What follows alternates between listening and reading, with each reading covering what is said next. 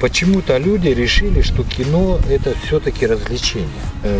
Зачем тогда красную дорожку показывают? Как вы красиво выходите? Потому что 20 смен, 2 месяца только подготовки к сменам. До этого у тебя еще примерно год написания сценария, потом 2 месяца подготовки, потом 2 месяца в полях, когда ты в сапогах, под дождем, с рациями, в общем, по 12 часов. Потом еще на постпродакшене ты примерно месяцев 6. И потом у тебя одна единственная красная дорожка, когда ты презентуешь свой фильм. Переодеваешься в какую-то красивую одежду и говоришь, и представляешь свое кино. Это награда за Это награда за все труды, которые были сделаны ранее.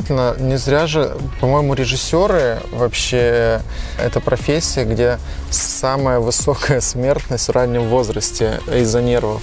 То есть там вот... И летчики-испытатели. Там есть исследования, это летчики-испытатели и режиссеры. Это официальное исследование. И вот, например, режиссер, который снимал «Игру в кальмара», я думаю, что многие знают, что там в новостях написали, у него выпало несколько зубов за время съемок от нервов, от стресса. Он потерял кучу зубов, потому что действительно сложная нервная работа не только режиссера, но и продюсера, оператора, кого угодно, потому что ты огромное тратишь количество ресурсов своих, здоровья, времени, ты рискуешь жизнью, возможно, ты вместо того, чтобы быть семьей, растить ребенка, едешь куда-то в поля, не знаю, на Дальний Восток снимать кино. И «Красная дорожка» фестиваля — это такая, награда, это маленький бонус, который ты за это получаешь потом, после того, как фильм готов. Но это тяжелая работа.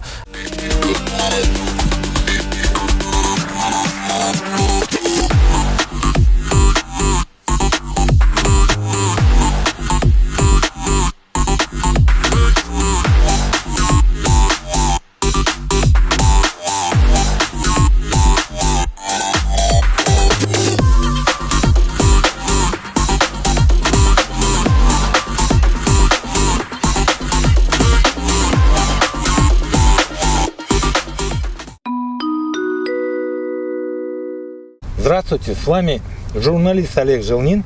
И сегодня у нас в гостях Яна Шмайлова и Иван Соснин. Это участники нашего кинофестиваля. Мы приехали вообще впервые в Якутск, впервые на Якутский кинофестиваль в качестве спецгостей, и чтобы провести мастер-класс. И мы еще показываем 2 наших фильма с обсуждением. Мы вообще работаем всегда с Иваном вместе, и мы начинали с коротких метров. Вообще изначально мы тоже такие энтузиасты, и у нас студия находится в Екатеринбурге, и мы из рекламы переросли к полному метру.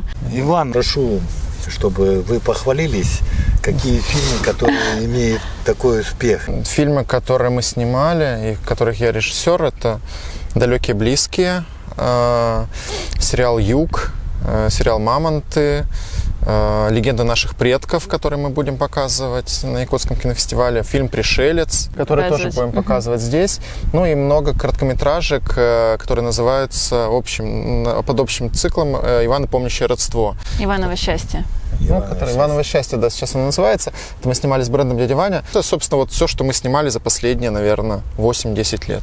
В основном фильмы легенды, то есть, по-нашему сказки, какой-то вымысел, сочетаемое с нашей реальностью. А почему такой жанр у вас выбран?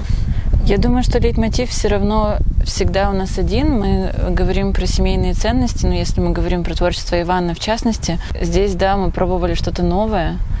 И я думаю, Ваня, расскажи. У нас дочка родилась еще, потому что... На самом деле это супружеская пара. Вы вместе сколько уже? Ой, 14 лет. 12, 14, да, давно. И что, дочка родилась? Дочка родилась, ей сейчас почти 4 года, и захотелось снять что-то, чтобы можно было посмотреть вместе с Соней. И родилась такой сценарий про легенды малых народов, которые умирают, и журналист едет их спасать вместе со своей дочкой. Это разговор на тему семейных ценностей, отношений отца и дочери, и на тему поиска умирающих легенд, которые нас окружают. Вы посетили исторический парк России «Моя история», выставку «Арт Саха». Я пригласил вас туда специально, чтобы вы посмотрели. Есть перекликание вот этой темы с вашей темой? Когда мы искали персонажей для своего фильма, мы изучали разные регионы России. И, например, тот же Леший, который называется Лешим в славянской мифологии, в Башкирии он и в Татарстане называется Шурале, в Удмуртии он называется Нюлесмурт и так далее. Везде образ один, а название разное. И поэтому, когда мы сейчас вот были на выставке, действительно, образы, они уже где-то в памяти всплывают, и мы понимаем, что мы их где-то видели, но просто немножко в другом воплощении. И во многом мифология разных регионов России, она связана и очень похожа друг на друга. А когда приезжаешь в Якутск, в Якутию, и каждый день нам рассказывают про легенды, нам рассказывают про обряды, про память предков. И это так здорово, потому что, мне кажется, вот наша история, например, здесь была бы не так применима. То есть, если бы наш герой приехал сюда, наши легенды, да, и вот эти вот мифы, они бы здесь были такие громадные в размерах, потому что про них все помнят. Это была бы совсем другая интерпретация, нежели у нас, где мы рассказываем про то, что их не помнят, и поэтому у них они более слабые, потому что в них перестают верить. А здесь они бы, если наш герой приехал сюда, мне кажется, он бы совершенно другие эмоции испытал. Это здорово. И есть счастье в кино, которое ты производишь? Мы думаем, что все-таки все меняют люди. И то есть мы снимаем такие добрые истории про семейные ценности с самого начала, с самого первого нашего фильма. И нам кажется, что сейчас этого кино стало больше. Нам кажется, что сейчас спрос на это кино больше. И постепенно как будто бы появляется аудитория, зрители понимают такое кино, зрителям начинает нравиться такое кино, они начинают его смотреть. И очень сложно удивить чем-то, действительно. Конкуренция Да. огромная. Ты конкурируешь даже не столько с кино, сколько с личным пространством каким-то, со смартфоном человека, потому что он смотрит все в смартфоне. Но на кинофестивале мы попадали на кинофестивале, у нас показывали в Шанхае, и мы недавно в Бангладеше выиграли главный приз со своим фильмом «Пришелец». Смотрят хорошо кино, но до проката, большого, широкого проката за границей мы пока не дошли. То есть у нас точечные показы бывают. Очень важно найти хорошего спутника, кинокомпанию в той стране, куда ты собираешься, и чтобы они взяли под свое крыло. Кино снять это полдела. Даже не пол, даже 30%. Да. Все остальное надо будет тоже делать. Но мы сейчас сидим на поле, в котором когда-то появится якутское кино, то есть якутский павильон. Вот мы обсуждали, в нашем городе живет сколько? 1 800 000? В Екатеринбурге, да, 1 человек 800 000. в Екатеринбурге. И у нас нет такого, что все ходят в кино, поддерживают и так далее. Вот. А в вашем регионе уже сформирована такая экосистема и столько классных, талантливых авторов на такое количество населения. Но это, кто бы ни говорил, но все равно это здорово, это феномен. И поэтому мне кажется, что нужно это поддерживать, нужно давать больше возможностей творцам. Если столько талантливых людей здесь есть, им нужно давать возможность развиваться. И дальше это будет расти. Уже международные какие-то проекты у вас есть.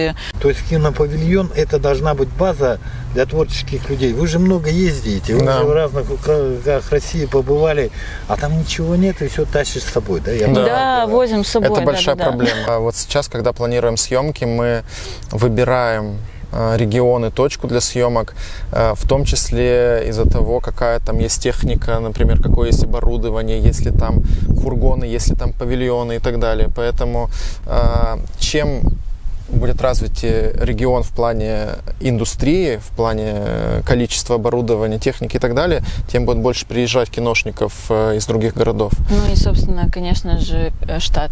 Это целая индустрия, да, за которой потянутся люди. То есть вот мы тоже на Урале живем. Когда мы начинали, у нас не было ничего в городе. У нас там мы камеру везли из другого города. У нас реанимировали Свердловскую киностудию, которая тоже уже последняя. после. То есть вот мы начали снимать, уже стали какие-то громкие проекты появляться. Потом появилась еще киностудия, начала снова возрождаться. Это очень здорово, потому что как только ты начинаешь какую-то деятельность, тебе начинают помогать. Появляются единомышленники, появляются бизнесы, которые поддерживают. И постепенно индустрия развивается. Люди начинают покупать камеры, начинают проходить обучение. Люди начинают интересоваться, они начинают учиться. И это притягивает других специалистов. Например, у нас вот в Екатеринбурге за, по-моему, прошлое лето сняли проектов 10, и при этом многие ребята, режиссеры, команды приезжали из Москвы снимать, потому что это дешевле, чем в Москве, но есть вся техника. И вот мы сейчас снимаем, например, тоже сериал по заказу Москвы, но на Урале, потому что это дешевле и выгоднее для москвичей снимать в другом регионе, не в московском, потому что там очень дорого. Дорого, но еще и красиво, потому что все равно в Москве есть определенные локации, которые снимаются постоянно, а здесь уже и локации другие, и, и производство примерно соразмерно. И чтобы снять кино в Москве, надо, например, сцену с ГАИ, нашу целую улицу останавливать. Да. Это целое дело, а Да. это денег стоит. Да. В Екатеринбурге проще, да? Проще. Чуть-чуть проще, да. Проще, чем в Москве, да. И Можно, поэтому- допустим, в Екатеринбурге можно перекрыть центральную улицу. В Москве очень сложно перекрыть площадь там или Это денег Тверскую. больших Ну, это, стоит, да. да, это Да. все затраты. Мы-то тоже те еще энтузиасты. Мы в одно время сняли все деньги с кредиток и пошли снимать кино. И спустя 3 или 4 года оно окупилось. Мы его реализовали, и сейчас он дальше там уже продолжает свой путь и уже приносит прибыль. Поэтому в целом нужно просто это грамотно спланировать, но в целом это огромное пласт работы, и здесь очень много специалистов, и у вас, мне кажется, интересный край, и если будут созданы все условия, будут приезжать другие съемочные группы. Феномен это здорово, таланты это здорово. Если есть такие предпосылки, есть такое количество заинтересованных творческих людей, мне кажется, нужно это развивать так или иначе, в любом случае развивать, потому что уже все готово, и вот есть люди, они хотят снимать. Зачем строить павильон в каком-то другом регионе, да, где если нет можно. заинтересованных людей, которые будут стоять и этим не будут пользоваться? Здесь Лучше пусть он точно, будет да. у вас, и вы будете его использовать Не. грамотно, с энтузиазмом, с горящими глазами, и будет еще толчок и развитие кинематографа в Якутии. У якутского кино все хорошо. То есть, когда мы сидим на Урале, мы смотрим якутское кино, и как оно развивается, мы думаем, блин, какие они классные в Якутии, и как здорово они все делают. Вот у якутского кино все замечательно, но хочется, чтобы было еще лучше, еще больше, еще круче. Вот. Поэтому успехов больших успехов якутскому кино. Якутскому кино надо идти вперед.